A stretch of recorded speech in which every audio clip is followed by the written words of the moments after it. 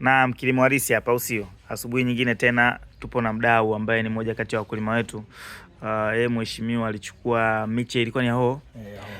Labda surprise ambayo nataka niwaambie kitu kimoja, katika mazao ambayo unaweza kuvuna muda mrefu, moja wapo ni pilipili hoho. Pilipili hoho unaweza kuchukua pamoja na nyanya, ndio utawahi kuvuna hoho, lakini ni kati ya zao ambayo litachelewa kuisha zaidi.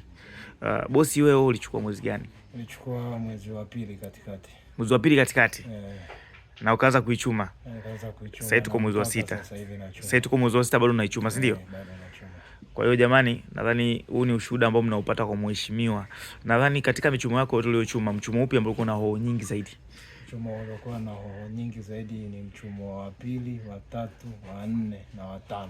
Maana wanasema mchumo wa kwanza unakuwa unaifundishia, lakini michumo inayofuata uzao unakuwa mkubwa zaidi kabisa. Unajua kwenye kilimo kama tulivyosema, hoho utachuma miezi mingi, lakini wachumi wanasema kuna kitu kinaitwa economic yield. Economic yield yana anapiga hesabu kwamba gharama ambazo unatumia kuhudumia hiyo hoho na mavuno ambayo unayapata, ukija kutafuta tofauti hiyo difference, utaona kuna kiasi fulani kinabaki kama cha faida pale. Sasa ukiweza kucheza na hiyo calculation, basi ndio utakuwa umekiweza vizuri kilimo cha pilipili hoho na kilimo kingine pia. Ndio sasa hii mboga naichuma ndio, lakini hii mboga sasa inamwagilia maji ya kiasi kadhaa, lakini Chinese nikichuma kwa wiki ndipo majani 4 5 anaitoa. Lakini kwa pilipili hoho imekuwa tofauti, utaichuma muda mrefu, kadi unavyoipa maji na mbolea ndio unazidi Lakini pia unalima Moshi sehemu gani? Unalima Moshi Mtakuja. Ukiacha pilipili hoho, za ugani lingine ambalo unamshauri mtu ndo anaanza kilimo sasa hizi kwamba kilifanya litamtoa kwa haraka?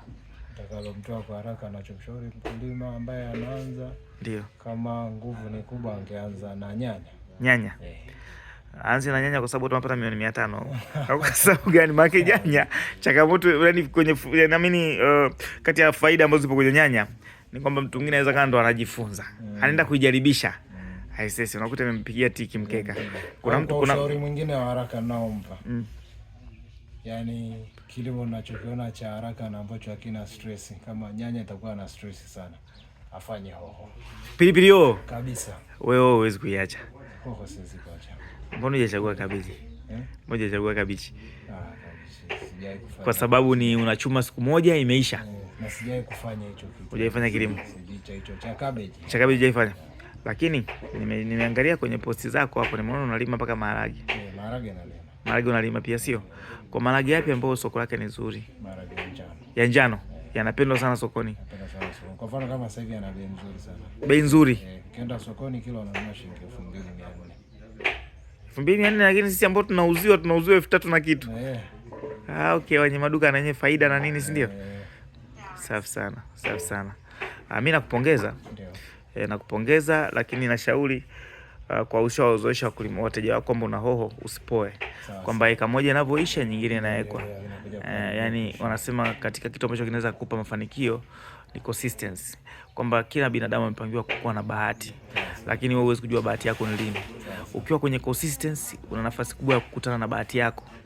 Uenda ile siku ambayo unasema nimetulia sasa hizi nataka nikutane na bei nzuri Sirimi, ndio muda ambao bahati yako ilikuwepo, ila unaikosa kwa kuwa ulikuwa umetulia.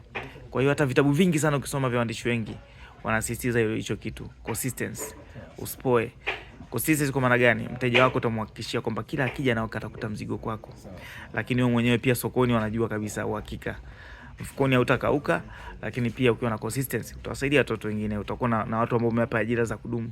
Kwa sababu naamini hauwezi kufanya kazi peke yako kwenye shamba kubwa. Lazima kuna watu ambao watakusaidia. Mimi nikupongeza sana bosi. Asante sana.